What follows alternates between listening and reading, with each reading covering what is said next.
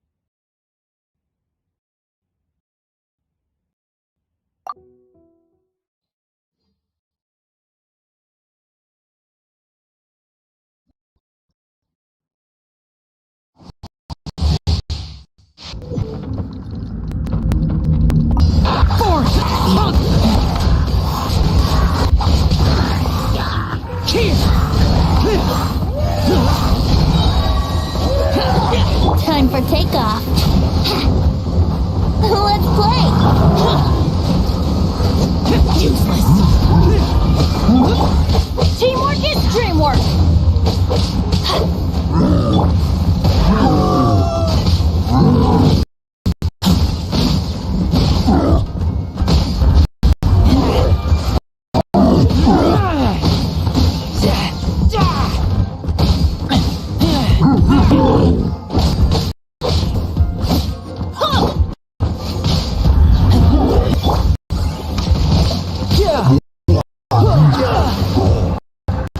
Brace yourself. This is gonna hurt. Blaze over.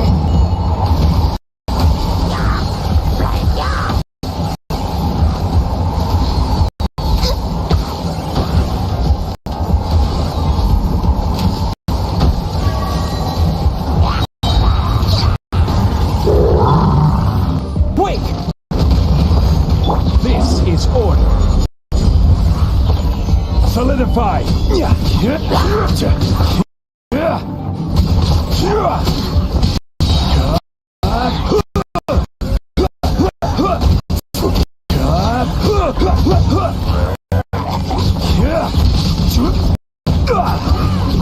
Order guide you.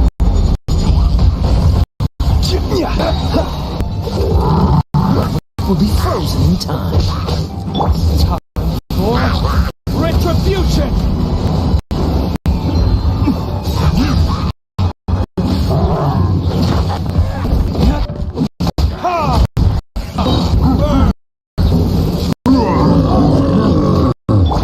Shudder. Freeze to the core. Beg for mercy. Yeah.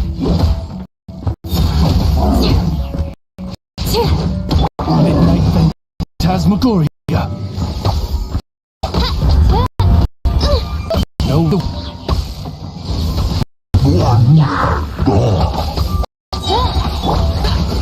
Disappear. Boring.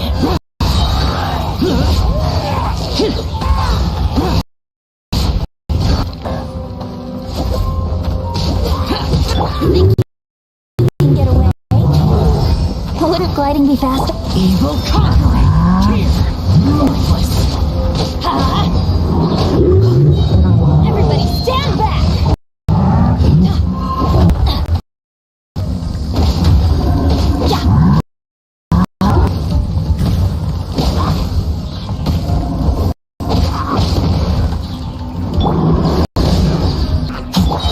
Dreamwork!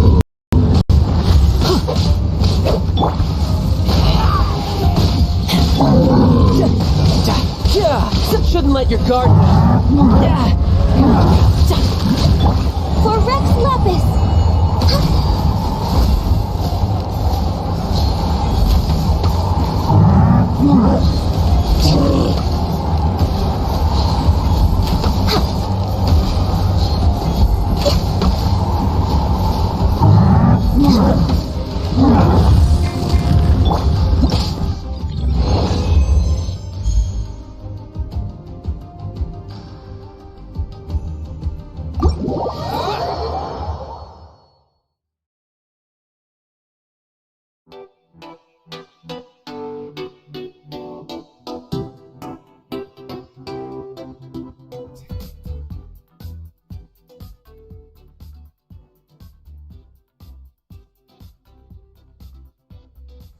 And that video is all about Hayakunin Iki Challenge.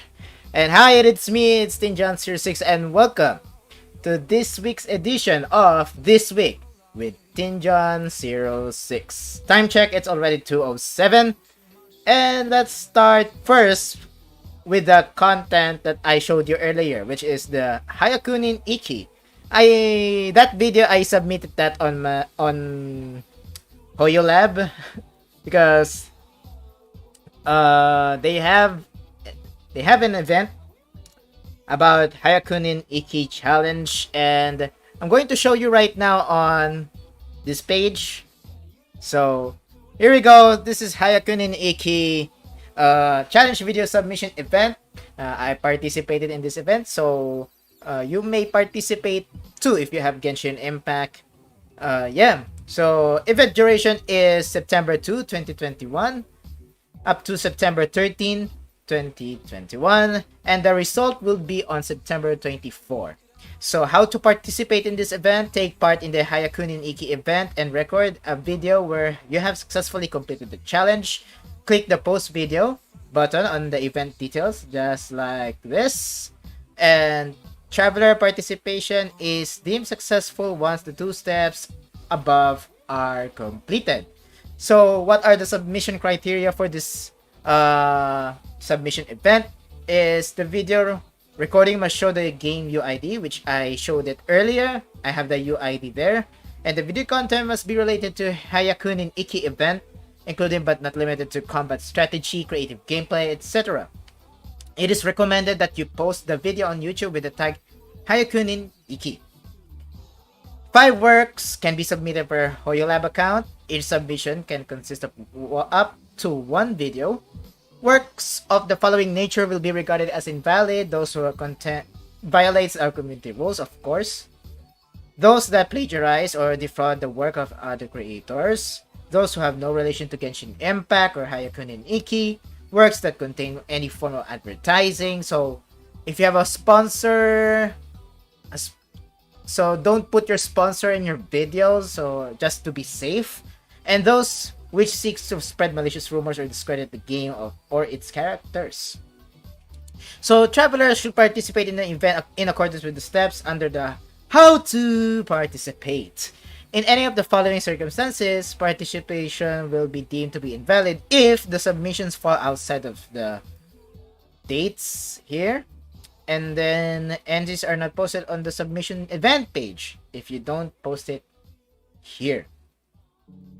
So alright, so what are the event rewards? If there is a challenge bundle, there is Primo Gems, 1,000 Primo Gems, Slime Paradise Team merchandise set, which is an umbrella, file folder, and towel.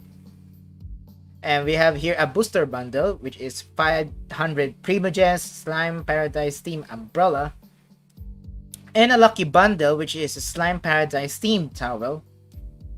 And also, by the way, version 2.1, Floating World Under the Moonlight Guide submission contest is also begun. You can get up to 6,000 freaking Primo Gems and a merchandise gift bundle with that.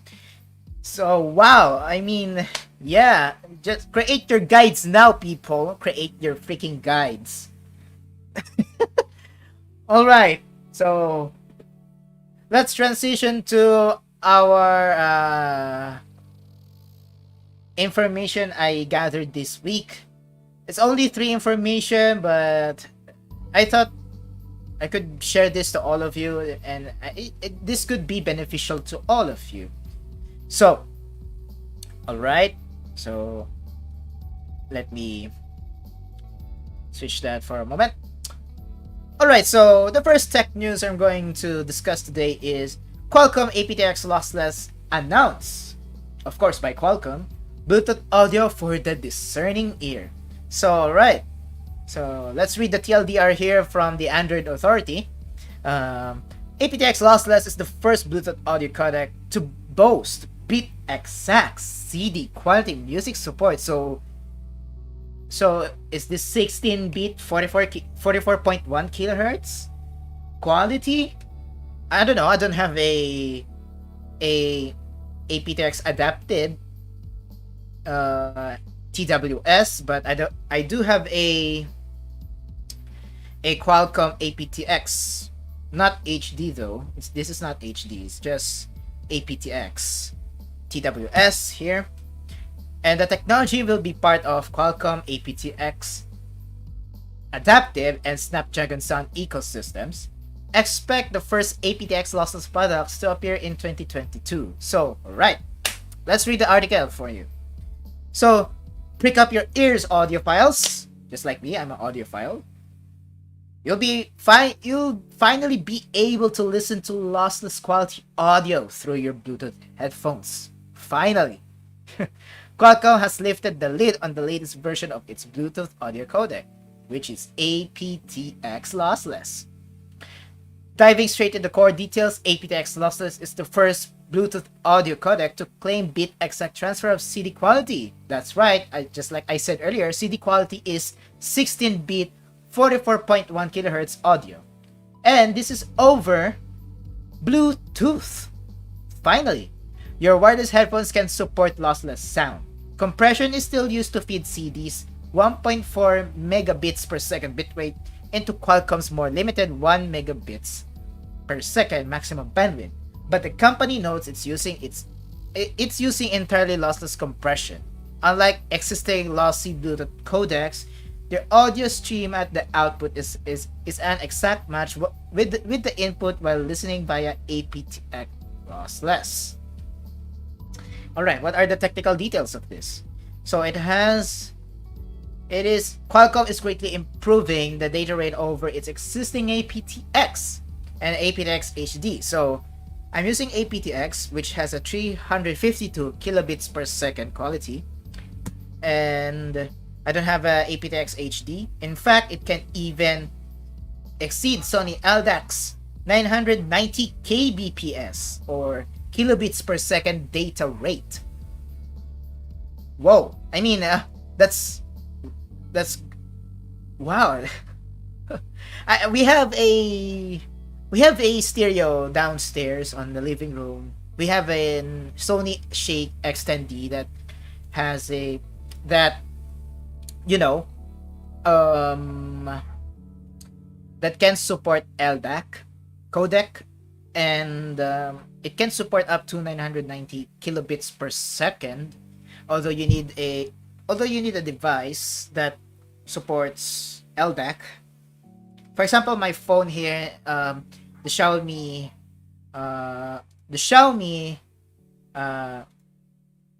Mi 10T Pro supports LDAC up to 990 kilobits per second. So I could use this phone for high quality purposes, but now because of aptX lossless,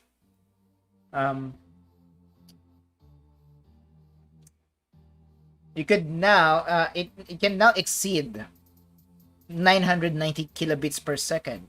But the problem is, there you go, the high bandwidth is the key problem, and that one Qualcomm say it has addressed thanks to end-to-end control and optimization of its radio stack via its Snapdragon sound ecosystem. That's right. So they introduced also Snapdragon sound ecosystem that it needs a Qualcomm. I don't think it supports Qualcomm Snapdragon 865. Well, I don't know.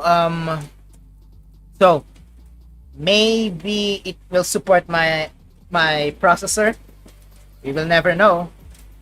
As such, Qualcomm notes Snapdragon sound is a requirement for sustainable aptX lossless, and that it intends for all branded products to support the new codec going forward. Sadly, the new hardware requirements mean existing products are that sucks. So it means that my 865 doesn't support aptX lossless, but it can support aptX adaptive, so that's a good one. So right, so if you So again, expect the first APTX lossless products to appear in 2022. So that is next year. I don't know what are the prices of these stuff, or what are the prices of those TWS that has APTX lossless. I wish that they are affordable, just like this one. By the way, this is somehow cheap, and it supports Qualcomm APTX. Yeah, this is a worth it TWS, not sponsored by the way. And yeah, that is our first tech news for today. All right. So the next is about technology on. It's about financial technology. So, Mastercard is removing the magnetic stripe from credit and debit cards. So card swiping is expected to stop happening by 2024, but that is ironic. The stripe won't disappear until 2033. Why? So let's read the article from PC Mag or PC Magazine. Let's read it. The magnetic stripe has been a feature of credit and debit cards for decades. In fact, the inventor of Magstripe cards or Magstripe in general is IBM. But Mastercard looks set to be the first payments network to remove it. At one point in time, paying with a credit card meant having it swipe. That's right, swipe. But it's much more common now to slot the card inside a reader or simply hold it over the terminal via RFID.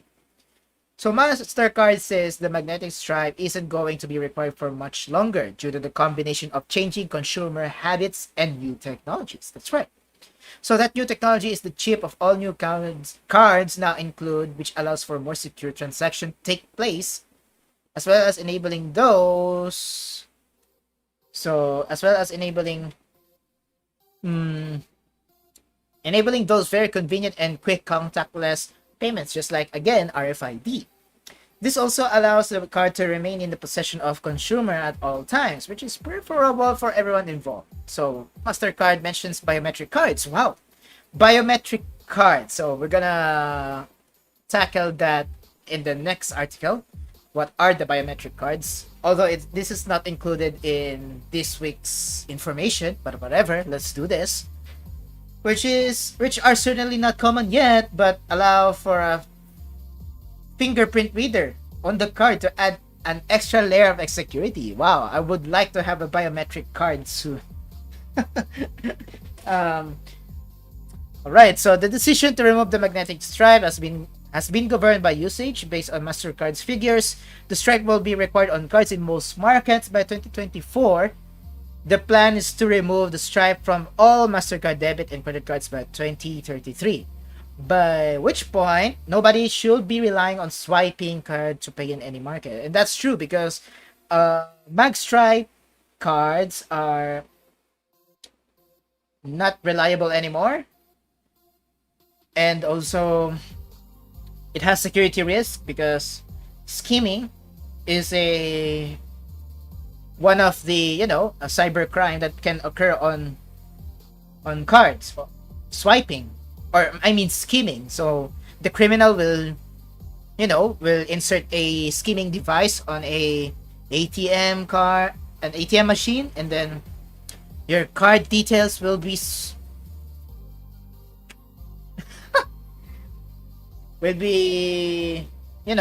used in fraudulent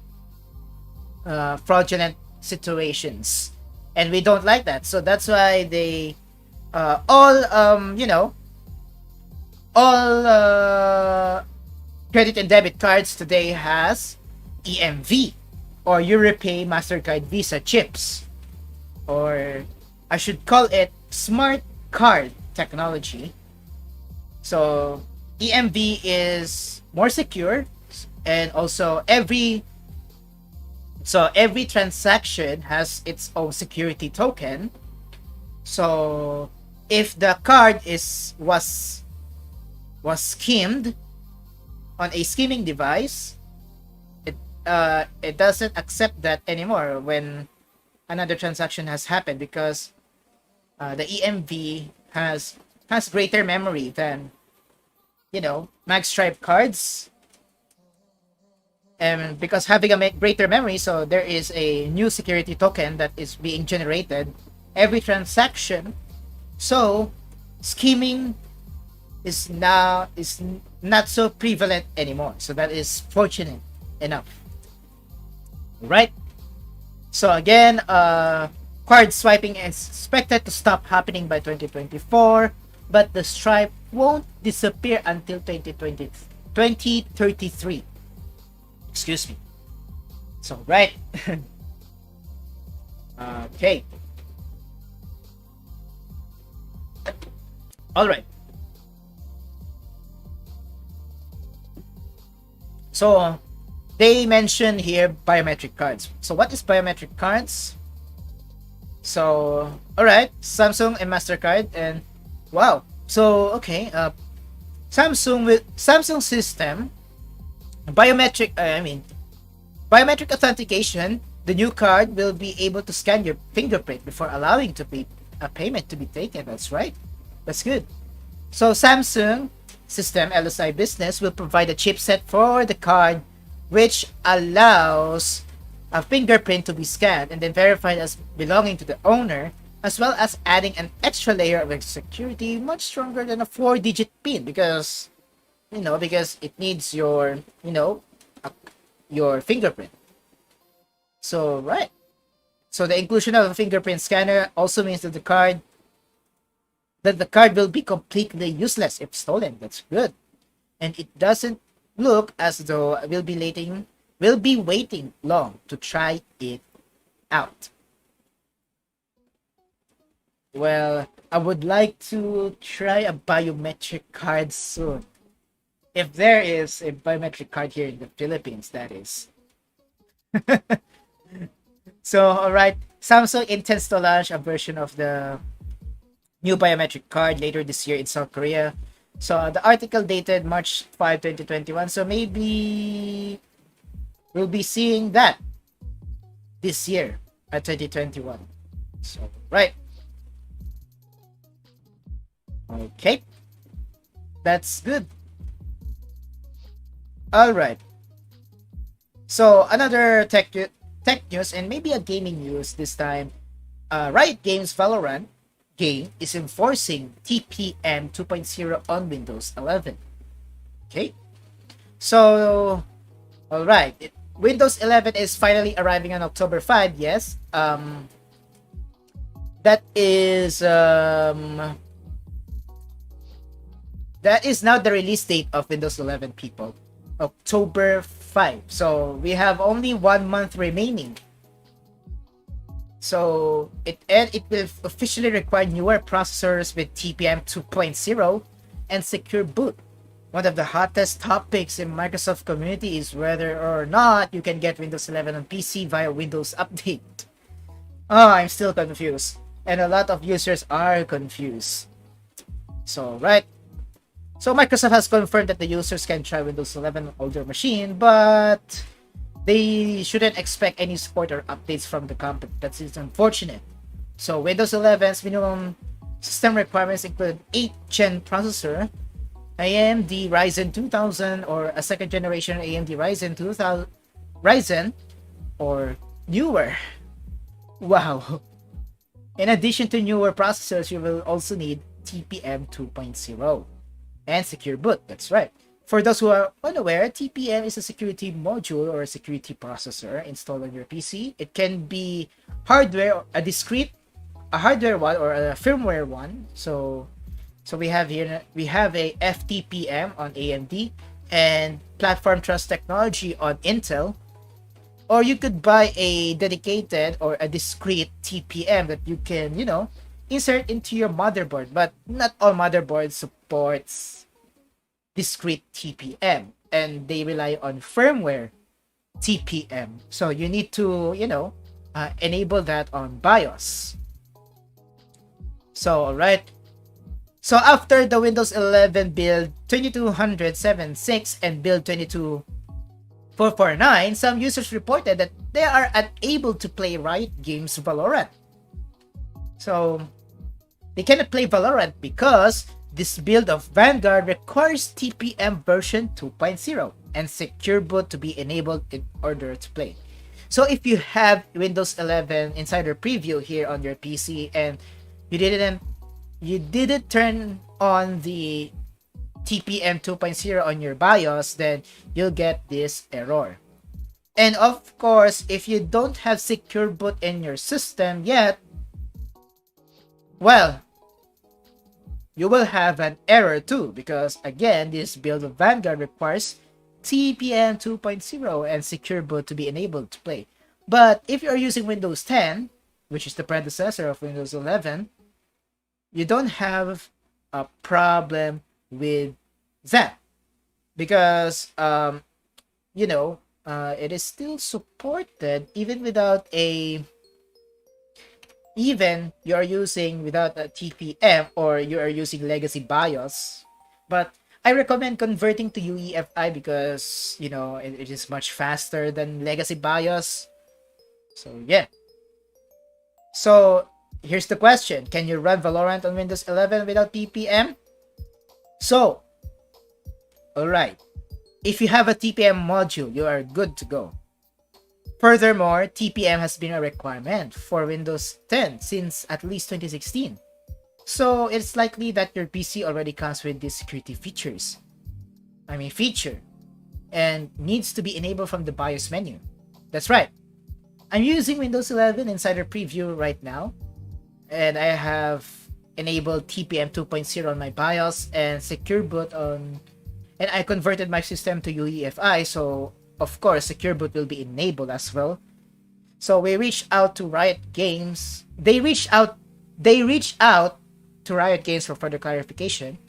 But again, Microsoft has also clarified that the error message has nothing to do with Windows 11 preview update.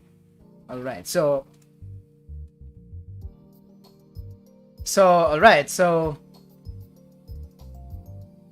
after this update, alright, so Officer Doggo said, after this update, Valorant doesn't start anymore. It says it requires TPM and secure boot to be enabled. It even pops up on PCs with both enabled. So this error appears to be coming from the Vanguard app and not Windows. Alright, so Riot Games. So for those who have Windows 11 on their PCs on Insider Preview, so explain yourselves, Riot Games. What is the problem with your Vanguard anti-cheat? So, alright, it is also possible that the popular anti-cheat systems like Fortnite's Easy Anti-Cheat, well, Easy Anti-Cheat is everywhere, even in Friday the 13th, the game. I love that game, by the way. Will also start enforcing TPM 2.0 and secure boot on Windows 11. So, gladly, I am ready for some changes onto the anti-cheat software because I think they will, enforce TPM 2.0 and secure boot on their own anti-cheat software. And yeah. I hope you are ready for, changes for the, for this.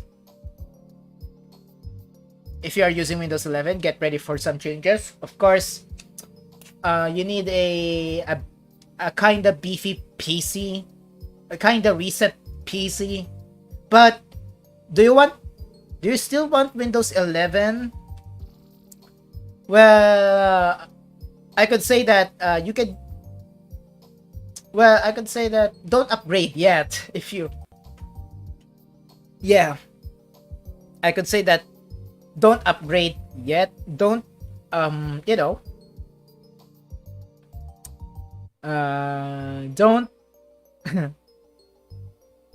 what do you call this? Don't upgrade for Windows 11 yet because Windows 10 is still supported in October 2025. But I thought Windows 10 is the last version of Windows, but no, it's not. It's psych. It psychs me out. So, all right. So Windows 10 is not the last version of Windows at all. So we have Windows 11, and Windows 11 will be released again on October 5, 2021. But the question is, the ultimate question for this is,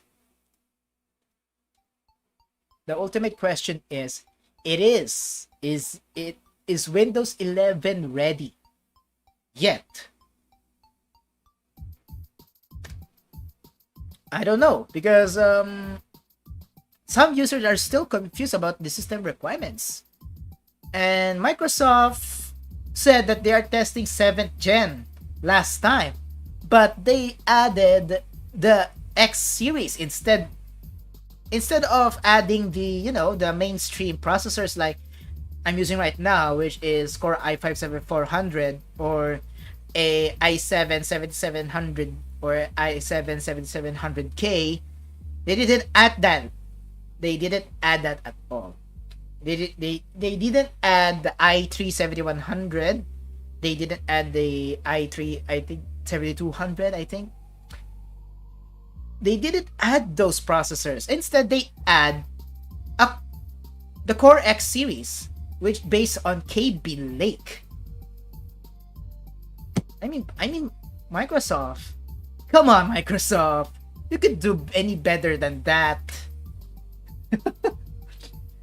I'm using Windows 11 Insider Preview on a Core i5-7400, but I don't encounter any issues with the operating system. I didn't even encounter a blue screen of death.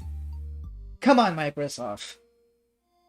I mean, yeah, you could do any better than that. Alright, I hope that, you could add those processors before launch, but I digress. I won't expect too much. Okay. So users of 7th gen processors and below, do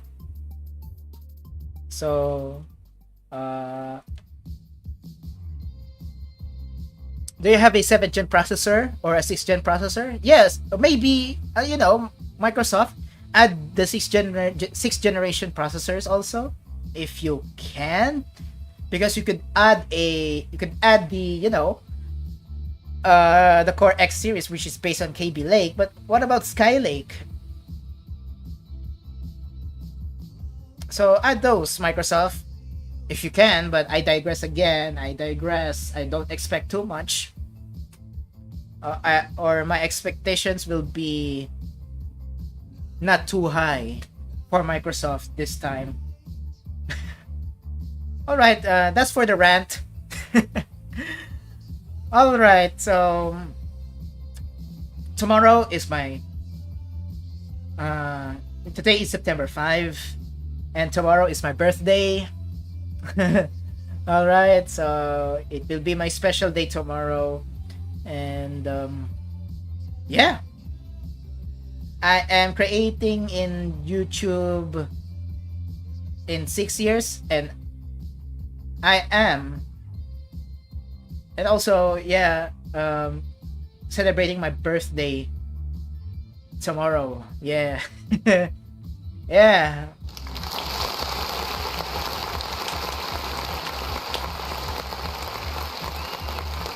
All right. So again, thank you for your support on my channel, and thank you for watching my videos, and thank you for tuning in to This Week with TinJon06. Even though this live or this weekly live is somehow short, because I just read some of the information I gathered this week, whether it's tech or gaming, and yeah, it's maybe beneficial to all of you. So yeah, tomorrow again is my special day because it's my birthday tomorrow. Um, uh, I hope that I will be having all a great day tomorrow or even today.